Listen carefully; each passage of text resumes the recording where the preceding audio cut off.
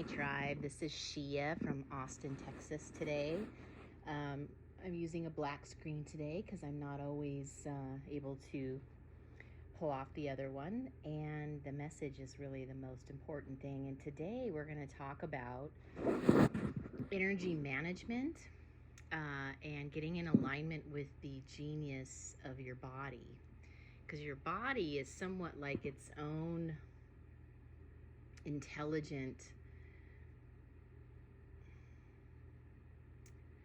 vessel that we almost have to get in alignment with, because sometimes our minds will hijack us into thinking we know what's right and what's best, and our body has to remind us that nope, that's not the case. So this goes directly against probably what we've been programmed to believe, because the culture we're in right now often flips things in reverse, trying to get us to operate in the most opposite way than what is actually best for us. And you'll find that show up repeatedly in different areas of life. So just know that that exists. So what I mean is, in this programming that we've been given, the mind and the brain and intelligence and all that is touted as being so like primary or of higher value than things like intuition or our our body intelligence, our psychic abilities, and all these feminine principles, I guess, have been marginalized, and we need to reclaim them. And one of the ways that we do that, and I'm always in this ascension process, we're all on it, in our own level of where we're at with the process, right? And there's this ongoing process that I'm tuning into that is on my learning curve. And so that's why I thought I would share it, because it is a process in order to get in tune with some of these things. It's like you have to kind of use it like a muscle until you've mastered it. So when I moved to Austin, I noticed that my energy management was something I really had to become aware of. And today is a very good day. Example of that. It's a Friday, and normally this is my biggest work day, or it can be, certainly. People coming towards the weekend and wanting to treat themselves to something special and come in and have a session and get that self-care and all that good stuff. And today happens to be the day that I wake up sore from my two workouts in particular that I had this week that kind of overextended me, and just feeling a bit run down from that. And so it's this process of listening to our bodies and what it's telling us. And sometimes we try to override it and say, oh, well, too bad, so sad, you have to work today. And instead of that programming, I'm learning to listen to my body, which it seems to be that our bodies are a little bit more in tune with the 5D or higher consciousness or our higher selves. It has its own intelligence that we can tap into, that's built in if we're willing to listen. So instead of the old programming that would tell you, oh, well, too bad, you have to just put out anyway. And that's where we're learning, no, my body is telling me something, this is what it needs, and I'm going to honor that. And I don't have to work today. So this is my takeaway for all of you listening, is around, gosh, how much do I actually honor myself and my body and what it's telling me, as opposed to overriding it with my brain or my thoughts or what I think I should do or what I feel obligated to do or what I think how it should be, or or even fear telling us that we can't afford to take time off or whatever it is. And it's been this interesting lesson of me just learning to honor my body, my spirit, because when it's like, you know what, I am just needing some self-care and needing to recover from my soreness, from my workouts, from maybe, you know, I might be fighting something off on a low level. You just never know, right? Then there's also, when we take into account all the astrological shifts that affect us big time, that often we have to calibrate to, and it might slow us down, and we're just needing a little time to adjust to the new energies of that. For instance, super moon blue full moon in Pisces we just had, which only happens every so many years. It takes time to calibrate to all this stuff, and eclipses are a really good example because they're like double full moons as far as the energies that it's putting out to help us ascend and evolve, and we can either fight it or we can flow with it. So there's any number of things that are affecting us on any given day based on how the energies and vibrations are aligned for that day astrologically and in on many levels. So this also comes into play, you know, for women as far as, you know, honoring our cycle. I'd like to just call out that I think it's ridiculous that when women work full time, which is not how we're rigged or built, we are expected to put out and perform and work as hard as we do any other time of the month, but yet we're supposed to still do that during the week that we're bleeding, where we're losing life force and getting drained, and that's not honored in a more public, acknowledged way, that we need some accommodation during that time. I think if you asked men, hey, if you were bleeding for 5 days, but I still expect you to just perform as high as you do any other time, I think you guys would probably feel like, yeah, that seems kind of cruel. So I just like to call these things out in our culture, because we have learned to live with them, because we were operating under a pretty oppressive leadership system or culture that likes to design a reality that serves them and not us. And that is all changing right now. Thank God. Thank Goddess. Because, we're calling it out, we're waking up, and we're in this beautiful process of seeing the reality of, wow, how bad things have gotten. And if you're able to look at things philosophically, I often find when there's like heavy energy or some kind of heavy truth or reality, that if I look at it philosophically, it's much easier to swallow. Because we did all choose to be here at this time, kind of as an experiment to see how strong we are with that divine spark within us as humans.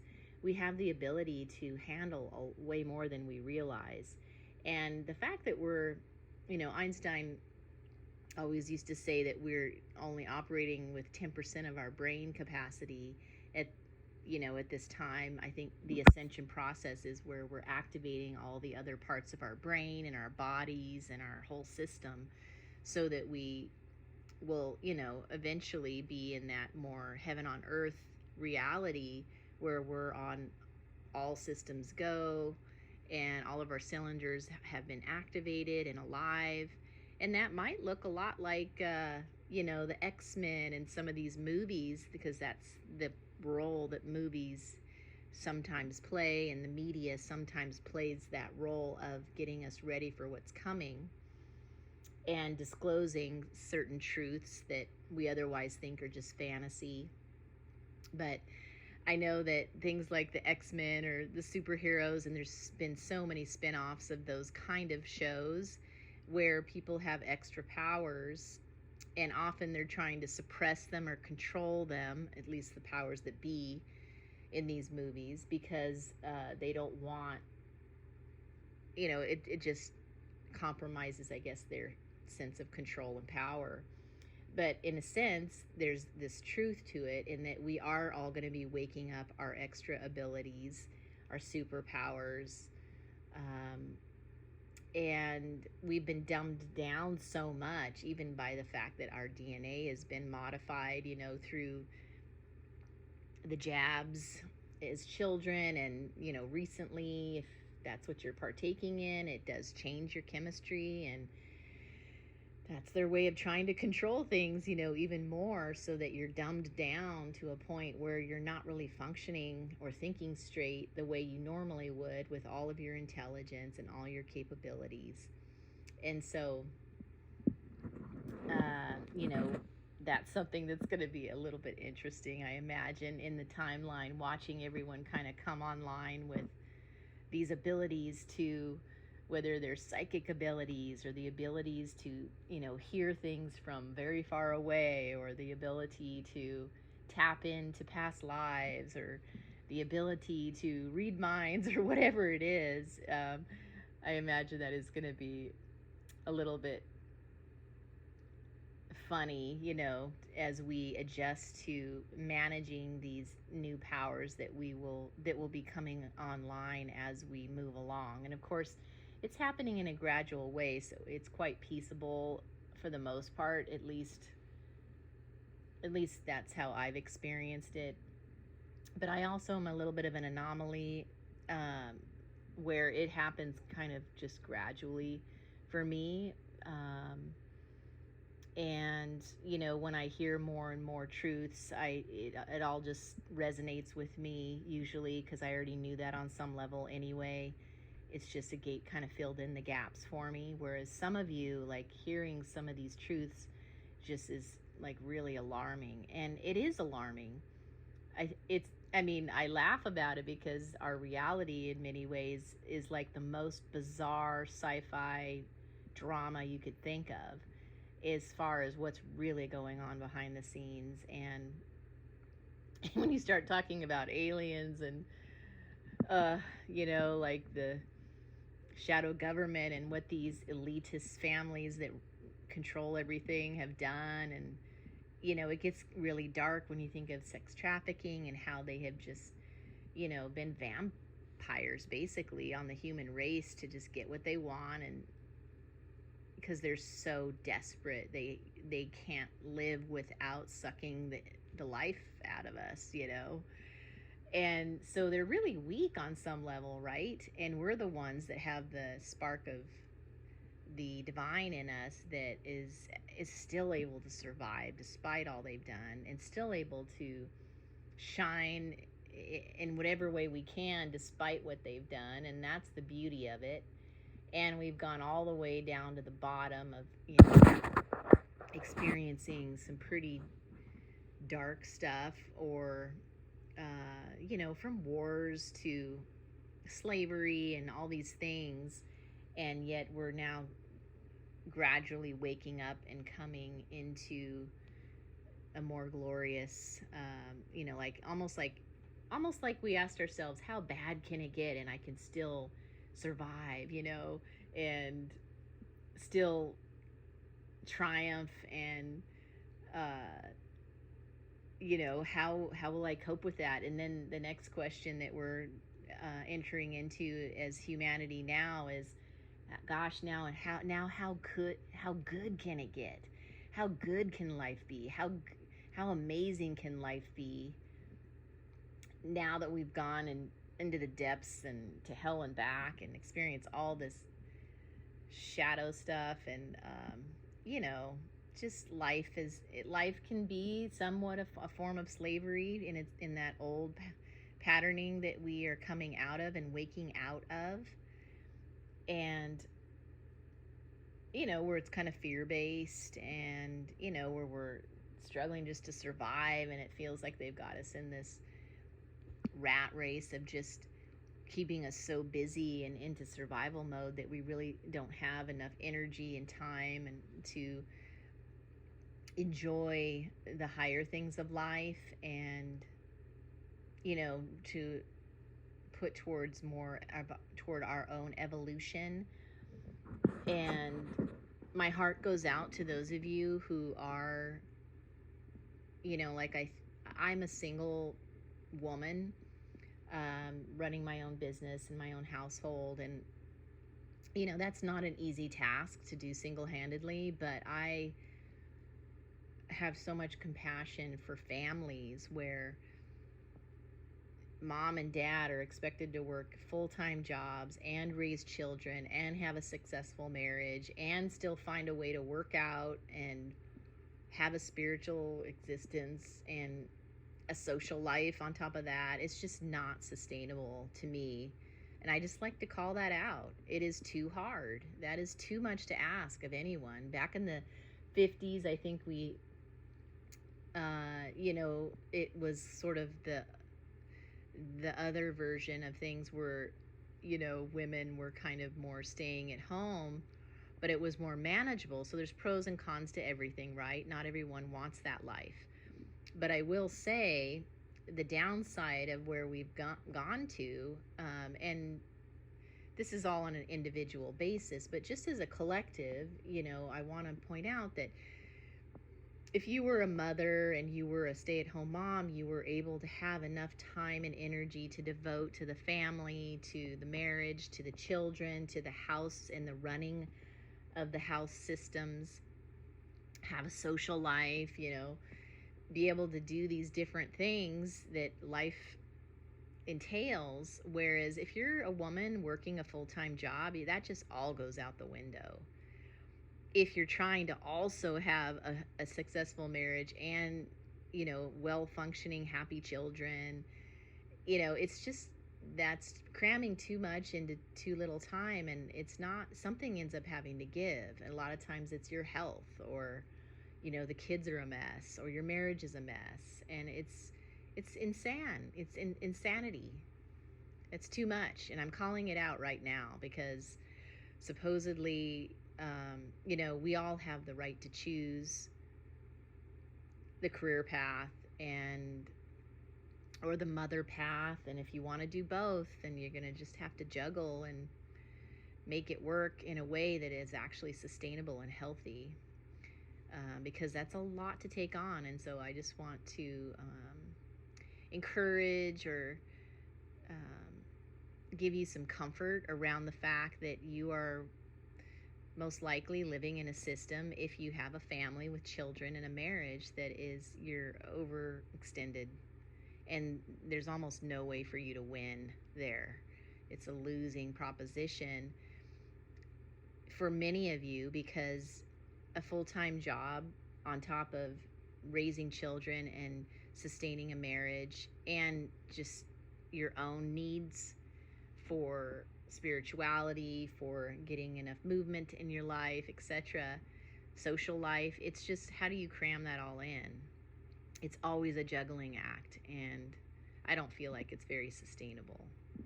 Anyway, enough of that. I just wanted to call it out so you see it too, because this is what the current culture demands of us, and I say BS. I'm not doing it. And that's partly why I have not partnered yet or had children, because I saw it right away, and I just was like, that's just insanity. I'm not going to do that. If I would love to partner with someone who's a true match, and if we feel like we can bring children in a conscious way that's going to benefit things, that's one thing. But otherwise, it makes life more complicated. And in the times that we live in, you don't really want it to be more complicated. You're kind of wanting it to be, it's to bring some level of ease into, because it's already hard enough as it is. So anyway, back to aligning with your body. So your body has an intelligence to it, which is why we rely on things like muscle testing, which is a way to tap into the genius consciousness of the body, which will tell you yes or no. kind of a phenomenon that many of us are familiar with, and if you've never heard of it before, then that might not, you might not know what I'm talking about, but it is a way that we tap into kind of like that higher consciousness where our body will tell us the answers of, will this particular supplement work for me, or is this a good idea for me to engage in this? And the body will tell through muscle testing. It'll give you a yes or a no. And so it's the same kind of concept. And I'm going to give you an example of myself where I'm aware of this on kind of a whole nother level. So I am a Pisces, born March 4th, and it just so happens that my Venus and North Node are also in Pisces, so it makes me a very true Pisces woman. But what's funny is, that the Venus, for instance, is the sign that our inner feminine is. And so since my Venus is in Pisces, that's my divine feminine within. Well, your Mars sign represents your inner masculine. And it just so happens that my Mars is in Aries, which is very opposite of Pisces. Talk about opposites attract. So, we talk about in spiritual circles this divine union that happens within. And it's not the easiest task for me to integrate my Pisces feminine with my Aries masculine, because they are very different energies. They go about things very differently.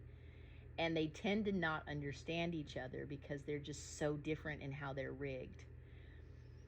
And that's, kind of a fun challenge that I get to work with that's on my learning curve. So it kind of relates to this concept of aligning with your body and listening to your body and yourself, because my Mars and Aries masculine side of me is just like full board ahead. Let's do this. Let's go. Has all this energy and life force, and is raring to go, fire energy, right? And then my Pisces, which is a water sign, is like, you're wearing me out, man. Like, can we just have some ease and flow and like listen to what's right in the moment, instead of just barging ahead and, kind of like a ram, which is the sign of an Aries, right, is the ram, whereas the fish is the sign for Pisces.